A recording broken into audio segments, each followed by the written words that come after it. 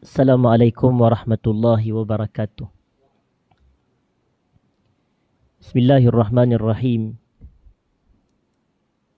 Innal hamdalillah nahmaduhu wa nasta'inuhu wa nastahdihi wa nastaghfiruh. Wa na'udzu billahi min shururi anfusina wa min sayyiati a'malina. Man yahdihillahu fala mudilla lahu wa man yudlilhu fala hadiya lahu. Ashhadu an la ilaha illallah wahdahu la syarika lah. Wa ashhadu anna sayyidana Muhammadan abduhu wa rasuluh. Allahumma salli wa sallim wa barik ala habibina wa sayyidina Muhammad wa ala alihi wa ashabihi wa ala man sara ala nahjihi ila yaumiddin. Amma ba'd. Yang saya hormati seluruh jawatan kuasa pengurusan masjid, ashabul fadilah, para imam, para muazzin, muslimin dan muslimat, sidang jemaah, para pencinta ilmu yang dirahmati Allah sekalian. Pertama sekali kita panjatkan syukur kepada Allah Subhanahu wa ta'ala kerana pada malam ini kita dapat sekali lagi berkumpul bagi kita meneruskan majlis pengajian bulanan kita pada membahaskan Kitabul Kabair yang ditulis oleh Syamsuddin Abu Abdullah Az-Zahabi rahimahullah. Dan majlis kita pada malam ini merupakan majlis sekali yang ke-62. Dan kita akan memasuki perbahasan pada muka surat yang ke-186, hadirin dan hadirat. Muka surat 186. Di bawah tajuk kecil yang diletakkan di sini, kumpulan perkara-perkara yang mungkin termasuk dalam kategori dosa besar. Kumpulan perkara yang mungkin termasuk dalam dosa besar. Jadi pada malam ni kita lihat noktah yang ke-20 itu. Dikongsikan di sini bahawasanya Nabi SAW bersabda, Inna rajul la yatakallamu bil kalimati min ridwanillah ma kana yadhunnu an tablugha ma balagat yaktubu Allahu lahu biha ridwanahu ila yaumil qiyamah. Wa inna rajul la yatakallamu bil kalimati min sukhtillah ma kana yadhunnu an tablugha ma balagat yaktubu Allahu lahu biha sukhtahu ila yaumi yalqah. Ila yaumi yalqah. Terjemahannya, sesungguhnya seorang lelaki itu dia berbicara dengan satu perkataan, suatu kalimah. Yang mana kalimah-kalimah ini atau kalimah yang dia sebutkan itu adalah antara kalimah yang diredai oleh Allah. Kalimah yang Allah redha. Dan dia tidak menyangka bahawasanya dia akan mencapai dengan kalimah tersebut apa yang dia akan capai. Dan disebabkan perkataannya, tuturan dan ucapannya ke atas kalimah tersebut, iaitu kalimah yang Allah redha itu, maka Allah mencatat baginya keredaan Allah Subhanahu wa taala ila yaumil qiyamah, sehinggalah kepada hari kiamat. Maknanya Allah redha kepada lelaki tersebut disebabkan ucapan yang dia ucapkan itu sehingga hari kiamat. Tetapi itu bukan fokus daripada tajuk perbahasan kita ini, kerana fokusnya adalah pada perenggan atau baki hadis yang berikutnya yang disebutkan di sini, wa innar rajul la yatakallamu bil kalimah min sukhtillah ma kana yadhunnu an tablugha ma balagat. Seseorang lelaki itu dia bercakap dengan satu kalimah yang Allah murkai, bercakap dengan suatu perkataan yang Allah murka. Dan dia tidak menyangka bahawasanya daripada ucapan itu dia akan mencapai atau dia akan mendapat apa yang dia dapatkan daripada ucapan tersebut, iaitu kesan daripada ucapan itu, iaitu kata Nabi SAW, yaktubullahu lahu biha sukhtahu ila yaumi yalqah. Allah mencatatkan murkanya disebabkan ucapan buruk yang diucapkan oleh lelaki tersebut sehinggalah pada hari kiamat. Sehinggalah pada hari kiamat. Maknanya dalam bahasa yang mudah di sini, perkataan yang baik itu diredai Allah sehingga kiamat. Dan perkataan yang buruk, perkataan yang jahat dibenci oleh Allah sehingga kiamat. Dan seseorang yang menuturkan perkataan yang buruk, perkataan yang Allah tidak suka, perkataan yang dibenci oleh Allah, maka kesannya adalah dia akan menerima kebencian daripada Allah sehingga hari kiamat. Sehingga hari kiamat. Dan Nabi SAW menyebut di sini dua kalimah. Kalimah yang Allah redha, kalimah yang Allah murka. Dahulu kita telah sebutkan berkenaan dengan ibadat. Berkenaan dengan ibadat. Dalam sebuah kitab, namanya kitab tersebut adalah Al-Ubudiyah. Al-Ubudiyah. Ditulis oleh Abul Abbas Ahmad ibnu Abdul Halim ibnu Abdis Salam ibnu Taimiyah rahimahullah. Dan di dalam kitab tersebut beliau mendefinisikan ibadat. Beliau mendatangkan satu definisi ta'rifan yang lengkap, jami' mani' berkenaan dengan ibadat. Ibadat ni apa dia? Supaya orang kita boleh faham. Jadi kata beliau rahmatullah alaih, ismun jami' likulli ma yuhibbuhu Allah wa yardahu minal aqwali wal af'al az-zahirati wal batinah. Ibadat ini adalah suatu kata nama yang menghimpunkan semua perkara yang Allah suka dan Allah redha. Daripada perkataan dan perbuatan. Yang zahir dan juga yang batin. Itu sahaja definisi ibadat. Suatu perkataan yang menghimpunkan semua perkara yang Allah suka dan Allah redha. Daripada ucapan dan perbuatan yang zahir dan juga yang batin. Jadi kalau ada satu-satu perkataan ini Allah suka, maka dia adalah ibadat. Dan perkataan ini Allah redha, maka dia adalah ibadat.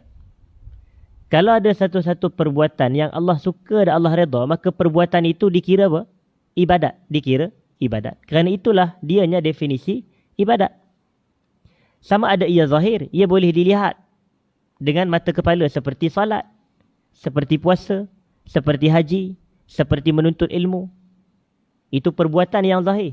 Perkataan yang zahir seperti bacaan Quran, doa, selawat ke atas Nabi sallallahu alaihi wasallam, kalimah-kalimah yang baik. Ini adalah perkataan-perkataan yang zahir, tapi ada juga yang batin. Yang batin ini seperti amalan-amalan hati yang tersembunyi. Ya Allah suka seperti husnuzan, sangka baik sebagai contoh. Seperti redha, seperti sabar. Yang ini tempatnya di dalam hati asasnya.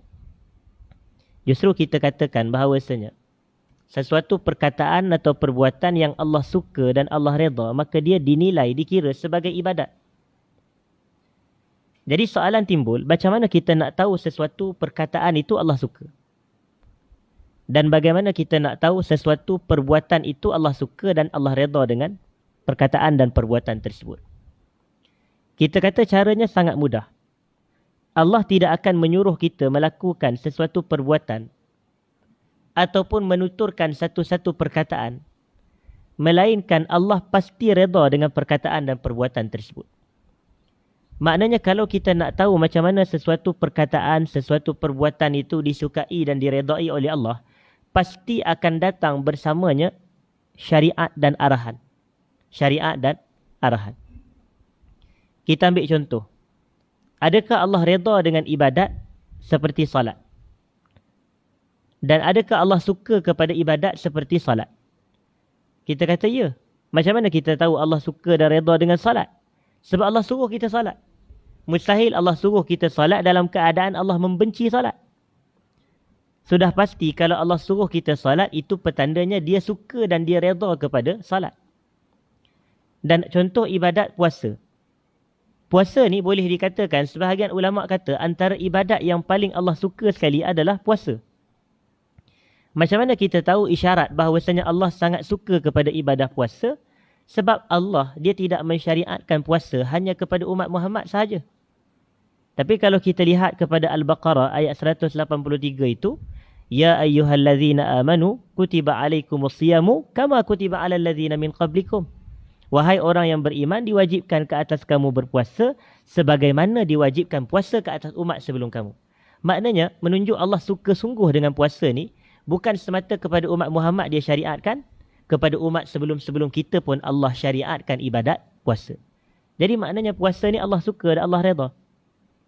Jadi apa kaitan dengan hadis ini? Kaitannya adalah apabila Allah menceritakan menerusi ataupun apabila Nabi SAW menceritakan menerusi hadis ini.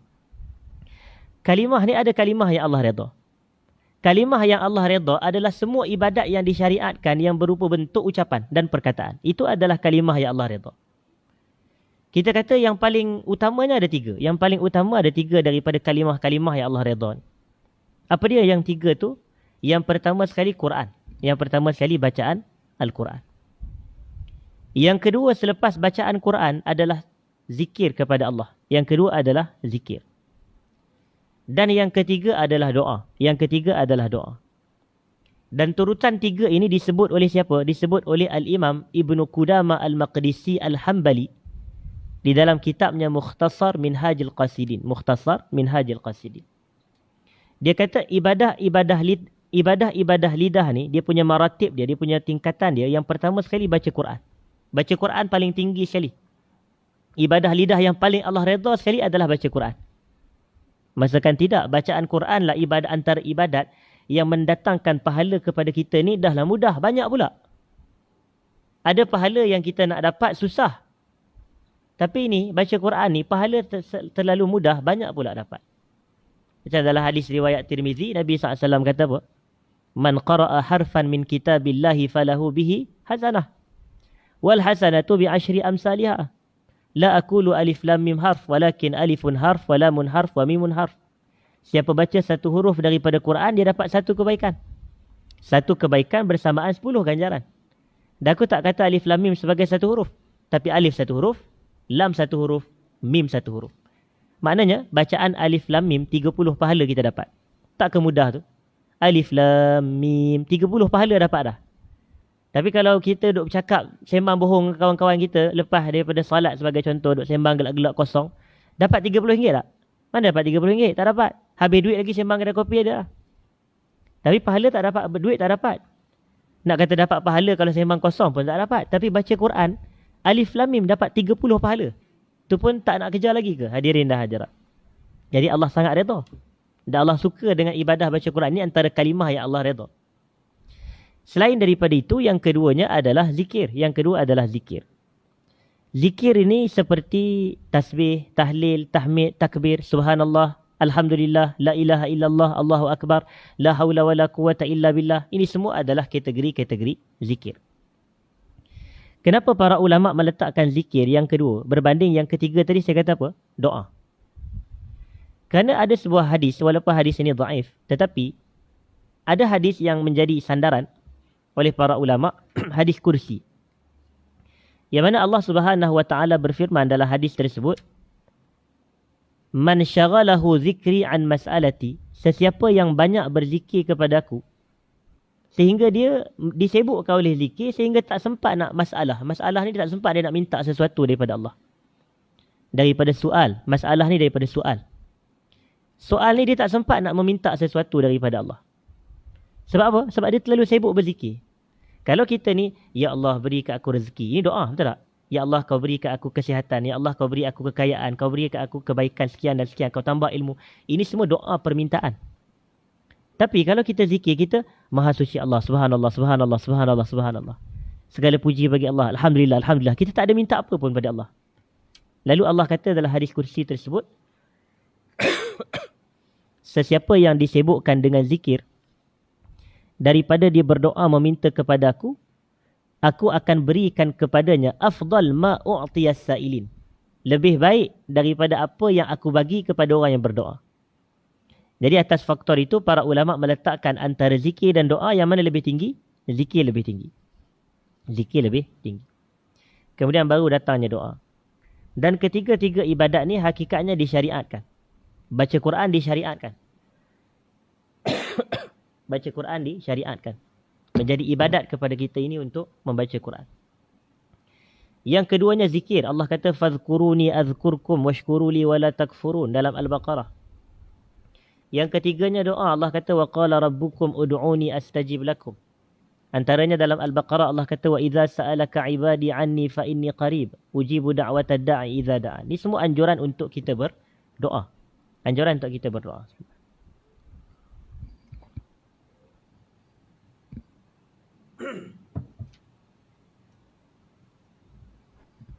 Jadi itu adalah kalimah yang Allah redha. Kalimah yang Allah benci, yang Allah murka ini pula, kita kata dalam asas mudahnya, kalau kalimah yang Allah redha itu adalah ibadat, maka kalimah yang Allah benci adalah maksiat. Kalimah yang Allah murka ini adalah maksiat. Jadi kalaulah definisi ibadat tadi adalah segala perkataan perbuatan yang Allah suka dan Allah redha, maka maksiat adalah segala perkataan dan perbuatan yang Allah benci dan Allah murka. Itulah definisi maksiat. Segala perkataan dan perbuatan yang Allah benci dan Allah tidak suka.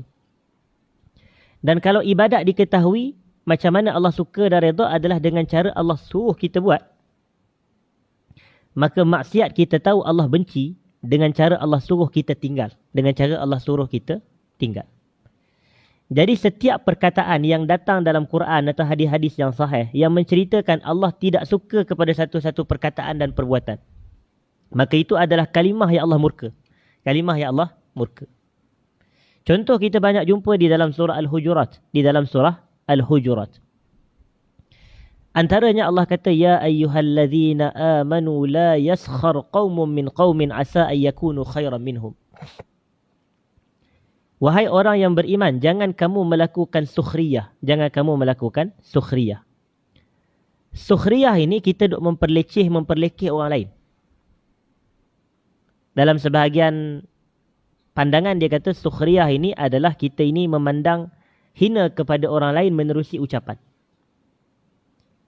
Sama ada yang kita sukhriyah itu adalah orang lelaki kita sesama orang lelaki ataupun orang perempuan sesama orang perempuan.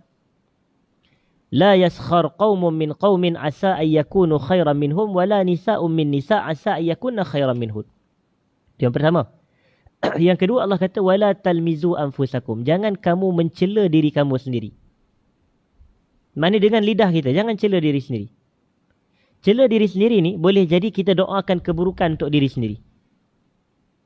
Dia kata ya Allah kau laknatlah aku ni, contoh.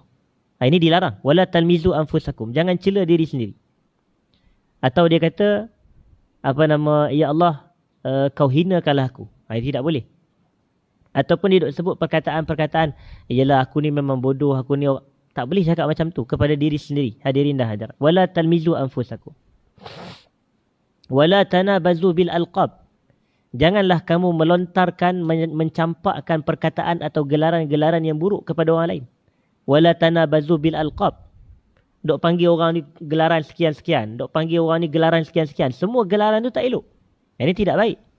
Yang ini haram. Hadirin dan hadirat. Wala tanabazu bil alqa bi'sal ismul fusuku ba'dal iman wa man lam yatub fa ulaika humuz zalimun. Kemudian ada satu lagi perkataan yang datang daripada maksiat-maksiat lidah selepas itu. Ya ayyuhallazina amanu jtanibu katsiran minaz zan. Ini sangka buruk, ini bukan perkataan.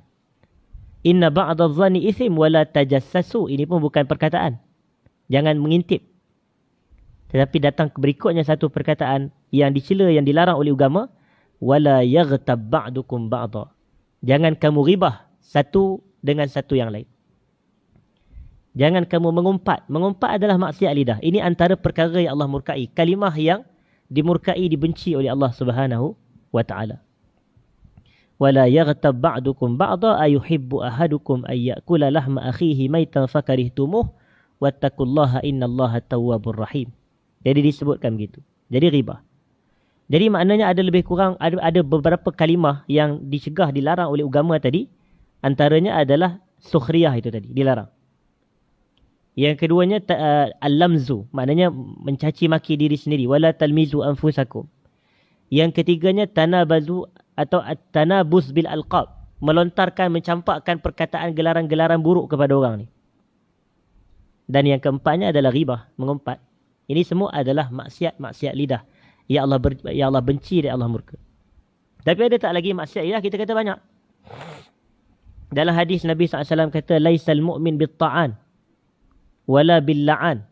Bukanlah seorang mukmin itu mereka yang suka menta'an. Ta'an ni dia suka maki orang. Ya Allah kata wailul likulli humazatil lumazah itu. Humazah siapa dia? Humazah orang yang suka mengumpat, ribah.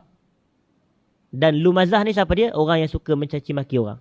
Wailul likulli humazatil lumazah, Allah kata. Celaka dan binasalah kepada si pengumpat, dan celaka dan binasalah kepada orang yang suka duk kata ke orang, yang suka duk maki hamun orang. Jadi ini antara maksiat-maksiat lidah. Laisal mu'min bitta'an wala billa'an wala bilfahish. Tidaklah orang yang suka melakukan perkara keji, wala bilbazi. Tidaklah orang yang suka mengucapkan ucapan perkataan lucah. Begitu. Asal bercakap je cakap lucah. Asal cakap je perkataan tak elok, yang jijik keluar daripada lidah dan mulut dia. Dan benda ini dinormalisasikan, hadirin dan hadirat. Asal sembang dengan kawan-kawan, alah tak apalah dengan kawan-kawan. Kadang-kadang dalam grup lelaki-lelaki saja dia dengan kawan-kawan futsal dia sebagai contoh. Bahasa lucah saja sembang. Contoh. Ini bukan ciri-ciri mukmin. Ini bukan ciri mukmin. Perkara ini perkara yang dilarang di sisi syarak. Allah tak bagi. Ini perkataan yang mendatang murka Allah. Yang mendatang murka Allah. Baik itu kadang orang anggap biasa. Dan selain daripada itu, antara dosa yang besar dan juga ia haram dan ia kalimah yang Allah murka adalah bercakap bohong. Adalah bercakap bohong. Ini berdusta. Hadirin dan hadirat. Yang disebut oleh, kita dah disebutkan dahulu, bahawasanya berbohong termasuk salah satu daripada 76 ke? 76 dosa besar yang ada dalam kitab kita ini. Berbohong kita dah sebutkan dahulu. Jadi berbohong ini dimurkai Allah. Salah satu dosa besar. Disebut oleh Allah dalam Quran. Ijtanibur rijsa minal awsani wajtanibu qaulaz zur. Jauhilah kamu najis daripada sembahan berhala dan jauhilah kamu ucapan dusta. Cakap bohong. Jadi kita tak dibenar bercakap bohong. Kalau kita bercakap jujur ni membawa kepada kebaikan dan kebaikan bawa kepada syurga. Tapi kalau kita bercakap bohong bawa kepada kejahatan dan kejahatan bawa kita kepada neraka. Dan ini yang disebut oleh Nabi SAW.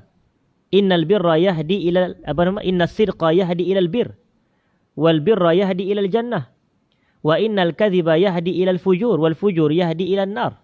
Atau kama qala sallallahu alaihi wasallam. Jadi sebab itu kena elakkan bercakap bohong. Ini antara kalimah yang Allah murkai. Kemudian yang ke-21 pada muka surat yang berikutnya. Dan daripada Buraidah ni sahabat Nabi SAW, Buraidah al-Aslami radhiyallahu anhu. Beliau berkata, Rasulullah sallallahu alaihi wasallam bersabda, La taqulu lil munafiqi sayyid, fa innahu iyyaku sayyidan faqad askhattum rabbakum. Jangan kamu katakan tuan kepada si munafik. Jangan kita panggil dan gelar dia sebagai tuan. Maknanya orang munafik kita kata, ya tuan, macam tu. Ataupun wahai tuanku, kita kata begitu.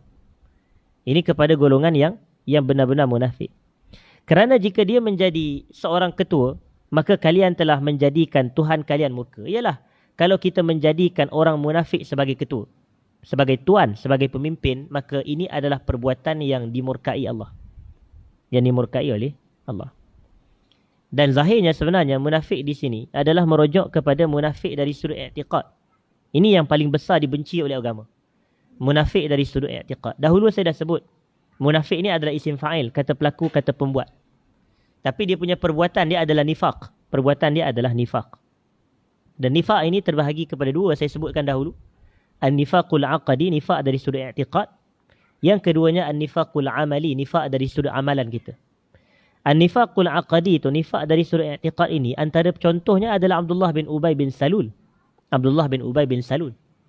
Yang merupakan ketua bagi sekalian munafik pada zaman Nabi SAW. Ketua bagi sekalian munafik pada zaman Nabi. Adapun an-nifaqul amali ada dalam hadis yang berikutnya, iaitu yang nombor 22 ini. Ini adalah nifaq amali. Nifaq dari sudut perbuatan. Nabi SAW bersabda, ayatul munafiqi salas. Ciri-ciri orang munafik itu ada 3. Tanda-tanda orang munafik itu ada 3. Iza haddasa kadzab, apabila dia bercakap, dia berbohong. Wa iza wa'ada akhlaf, apabila dia berjanji, dia mungkir janji. Wa iza tumina khan, apabila dia diberi amanah, dia khianat. Apabila dia diberi amanah, dia khianat.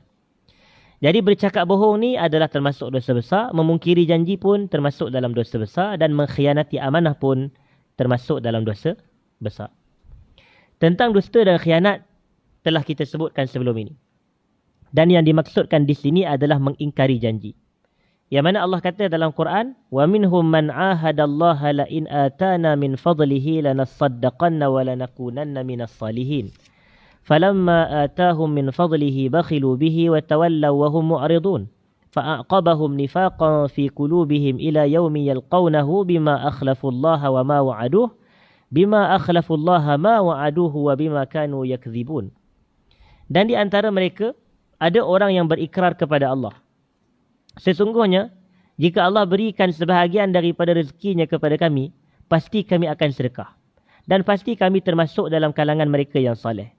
Maka setelah Allah berikan kepada mereka sebahagian daripada kurniaan dan rezekinya, mereka bakhil pula dengan kurniaan tersebut. Maknanya mereka mengingkari apa? Janji mereka kepada Allah. Mereka memungkiri janji mereka kepada Allah. Mereka kata kalau Allah bagi kepada kami harta, kami akan sedekah. Kami akan tergolong dalam kalangan orang soleh. Tapi apabila telah Allah kurniakan, bakhilu bih. Mereka bakhil. Bakhil ni apa dia? Kikir. Kikir tu apa dia? Kedekut. Jadi mereka kedekut daripada bersedekah. Sedangkan Allah telah memberikan kurniaannya kepada mereka. Fa'aqabahum nifaqan fi qulubihim. Maka Allah meninggalkan dalam hati mereka itu perasaan atau sifat nifaq ni. Sifat nifaq yang kita sebutkan tadi. Ila yaumi yalqawnah, sehinggalah pada hari mereka bertemu dengan Allah, bima akhlafullah, terhadap apa yang telah mereka janjiri atau mereka ingkari kepada Allah ke atas apa yang mereka janjikan sebelum ini. Jadi Allah akan bertemu dengan mereka dengan maksiat dan kejahatan mereka, iaitu mengingkari janji mereka kepada Allah. Kemudian kita nak melihat kepada noktah yang ke-23, hadirin dan hadirat.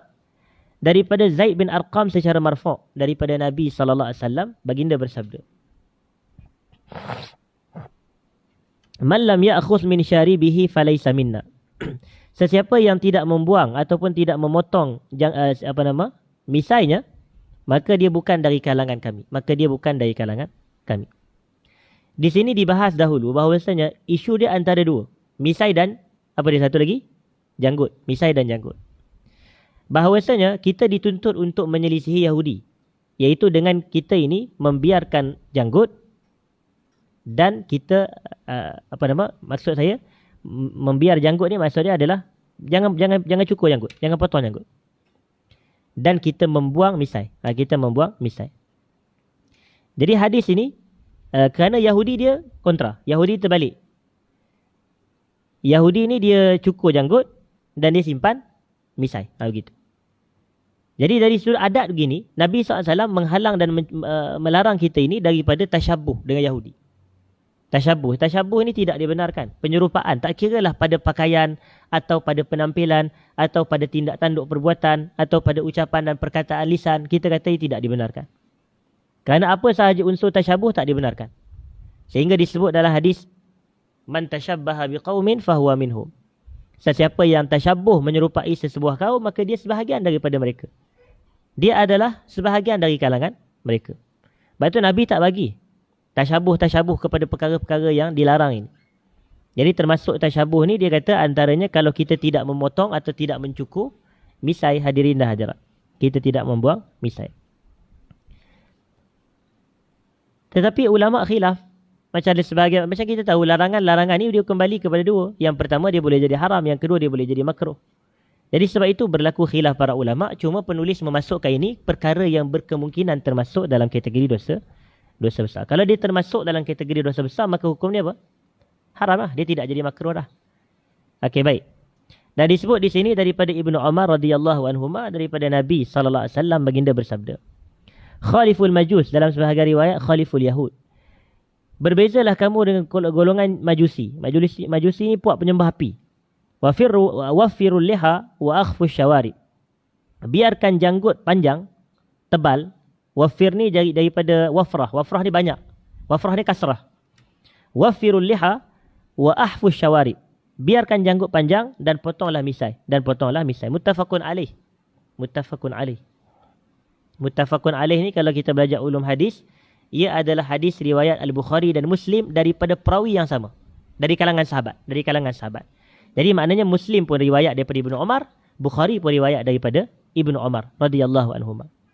Yang ke-28, hadirin dan hadirat, antara perkara yang kemungkinan termasuk dalam kategori dosa besar, Al-Hasanul Basri berkata.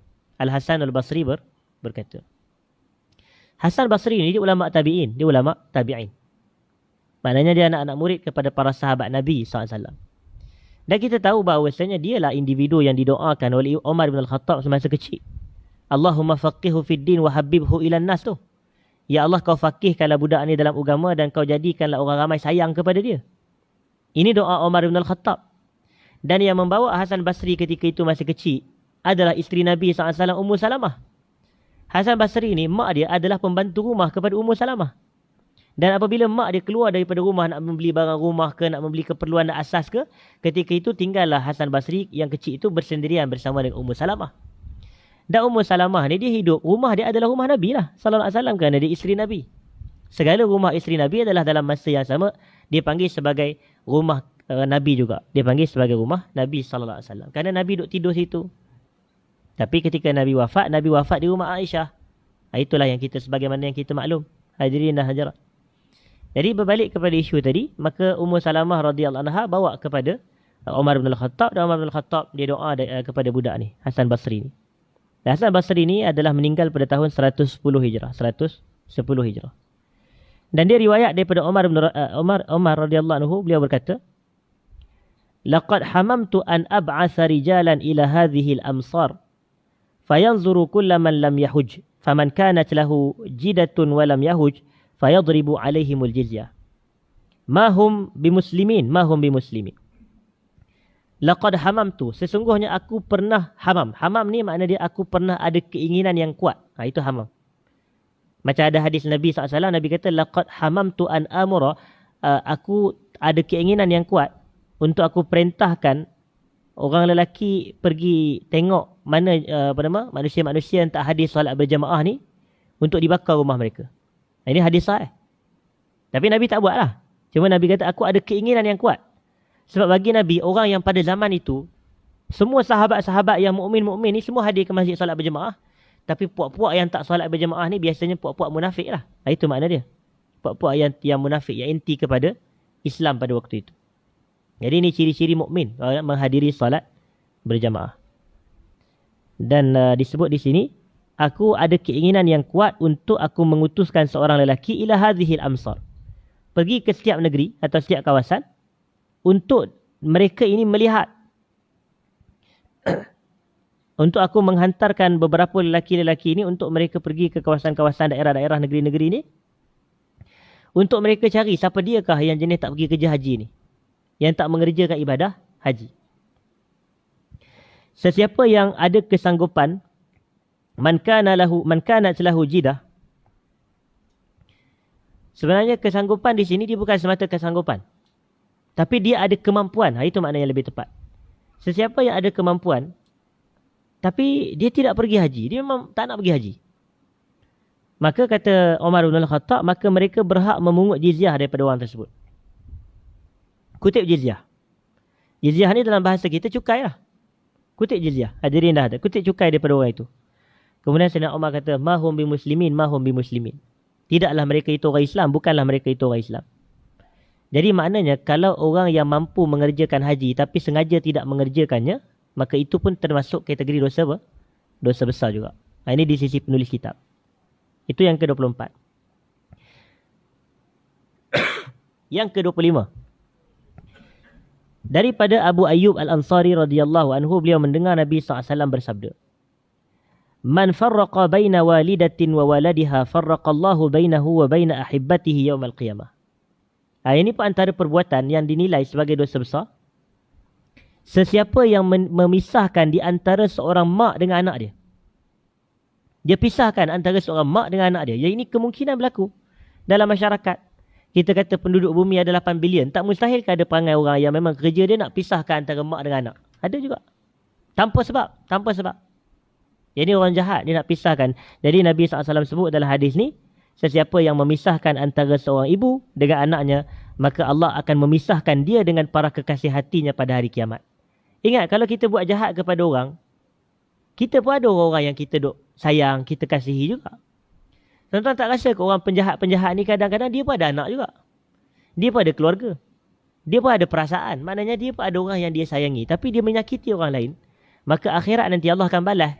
Dia menyakiti orang lain di dunia, Allah akan menyakiti dia di akhirat. Dia memecah belahkan hubungan antara anak dengan maknya pada dunia, maka Allah akan mencerai beraikan dia dengan golongan yang dia kasihi, golongan yang dia sayang pada hari kiamat. Hadis riwayat Imam Ahmad dan riwayat Imam Tirmizi. Cuma di sisi Al-Imam Tirmizi, beliau letakkan hadis ni dalam bab kemakruhan. Itu yang saya kata, ini kemungkinan dimasuk dalam kategori dosa besar. Maknanya ulama khilaf lah. Ada yang kata haram, ada yang kata makruh. Ada yang kata haram dan ada yang kata makruh. Yang ke-26.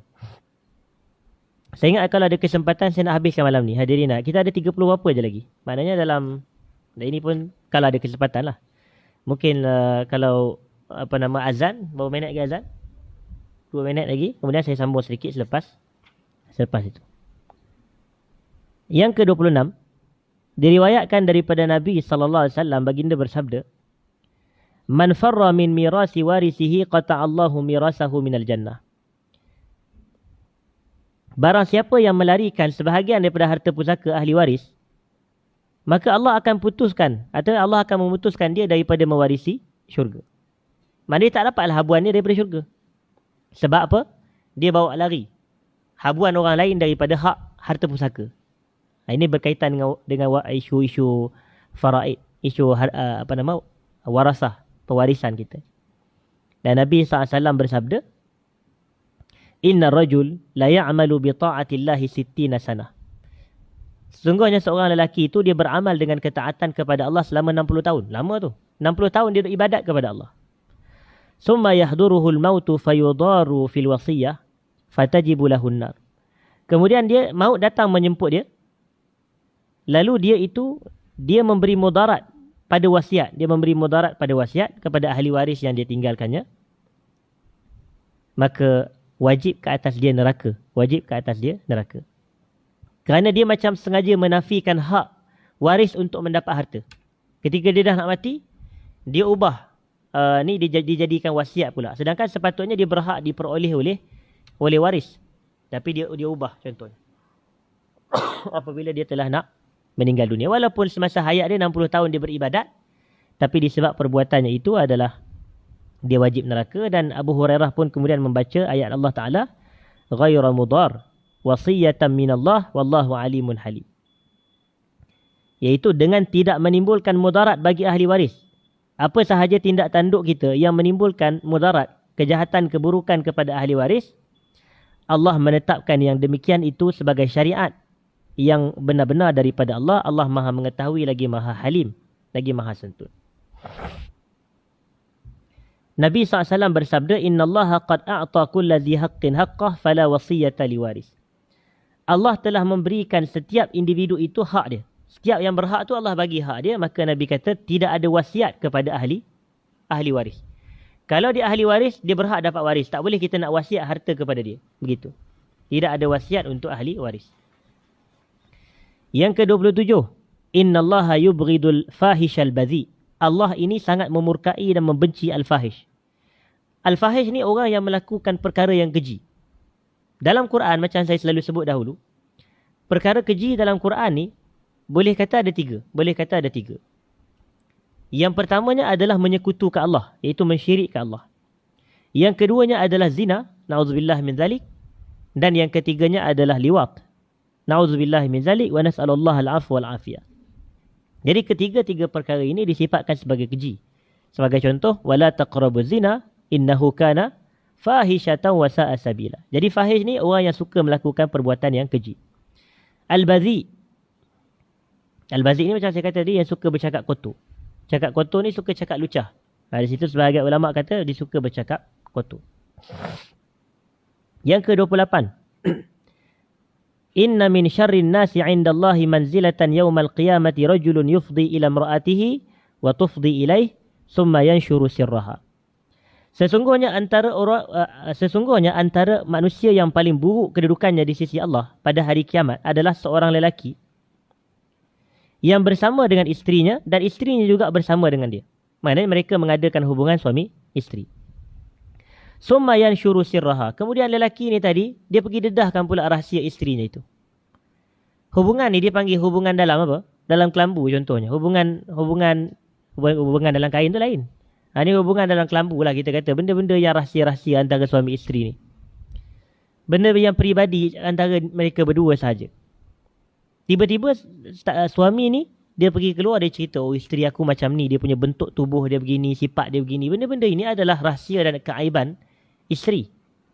Jadi atas faktor itu, maka perbuatan ini kata Nabi SAW, ini adalah antara manusia yang paling Allah benci sekali.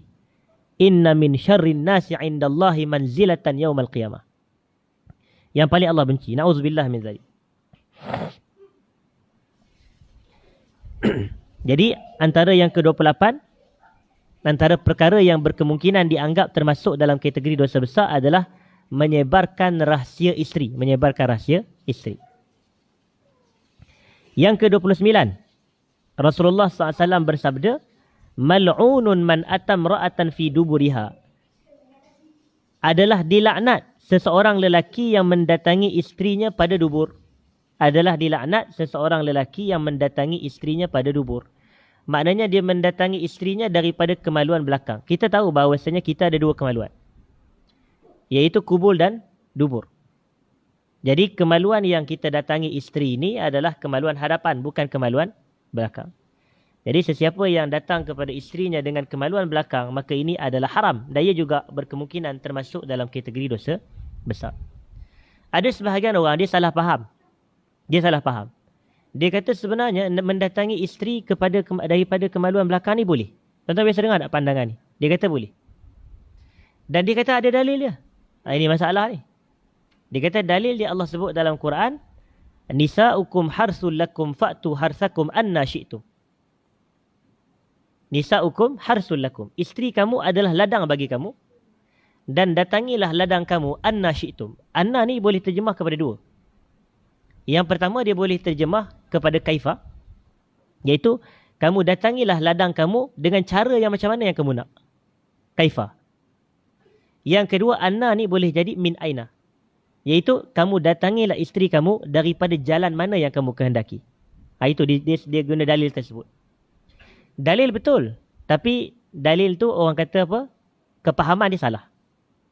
Kadang-kadang itu yang saya ingat masa saya belajar dulu. Pensyarah saya sebut. Pensyarah usul fiqah saya sebut.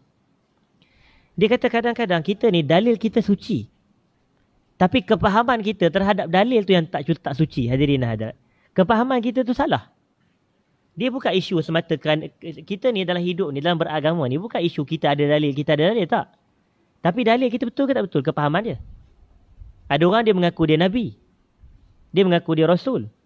Dia kata dia ada dalil. Kita tanya apa dalilnya? Dia kata dalam surah Yasin Allah kata, innaka laminal mursalin.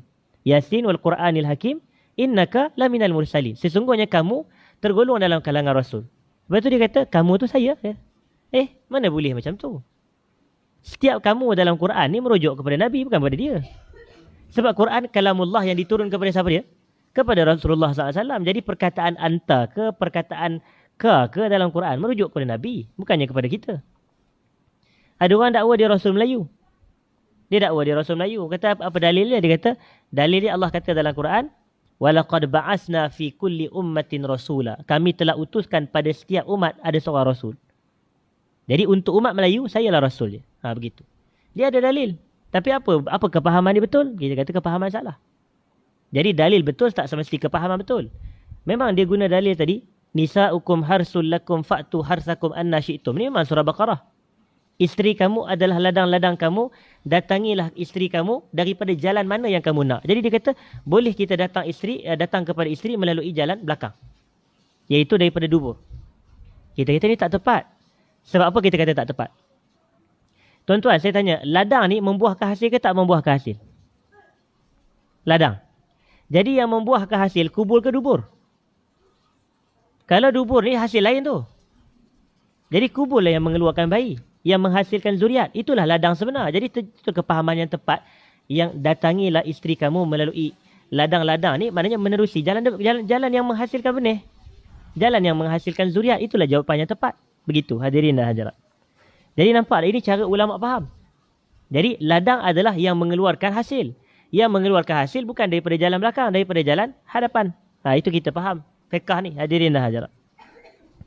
Dan disebutkan di sini la yanzurullahu ila rajul jama'a imra'atan fi duburiha. Allah tidak akan melihat dan tidak akan memandang kepada seorang lelaki yang mendatangi isterinya daripada jalan belakang. Iaitu daripada dubur.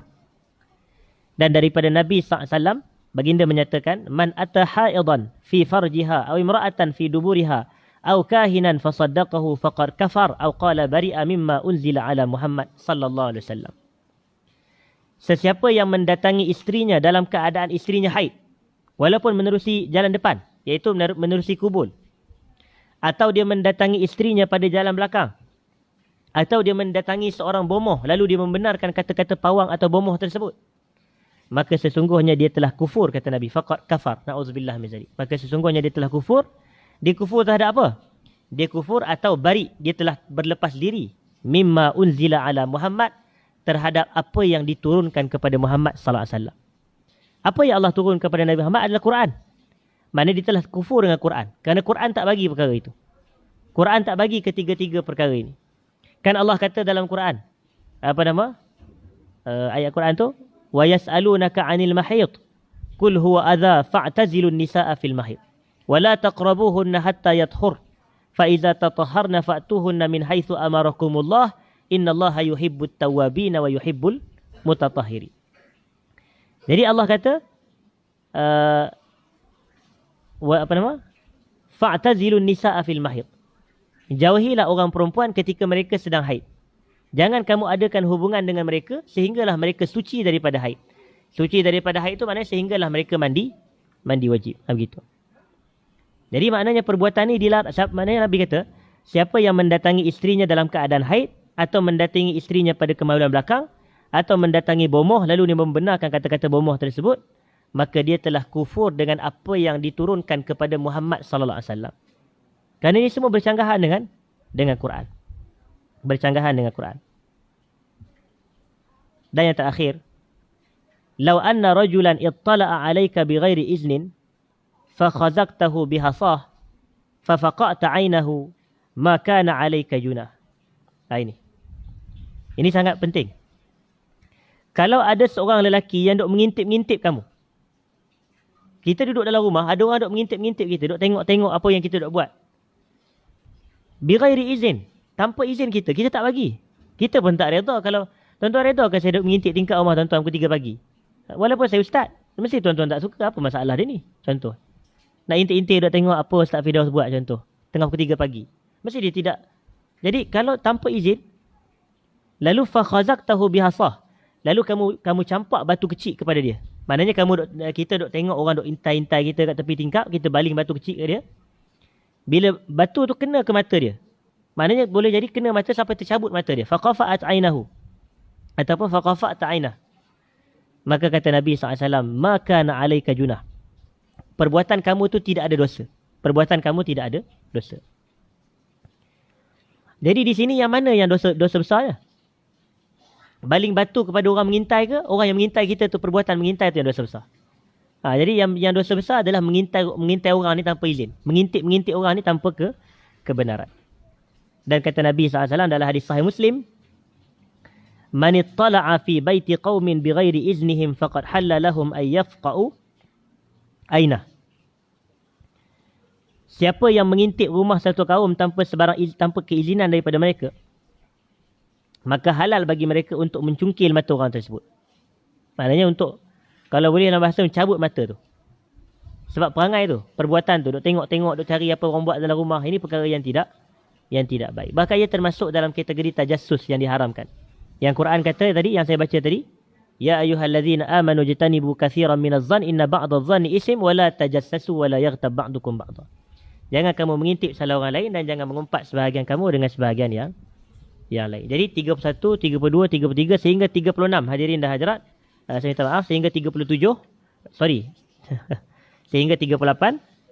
Jadi insyaAllah pada kuliah akan datang dan kita akan terus tamatkan hadirin dan hadirat pada 2 minggu lagi insyaAllah pada hari Khamis, minggu yang ketiga insyaAllah. Pada hari Khamis, pada 21 hari bulan.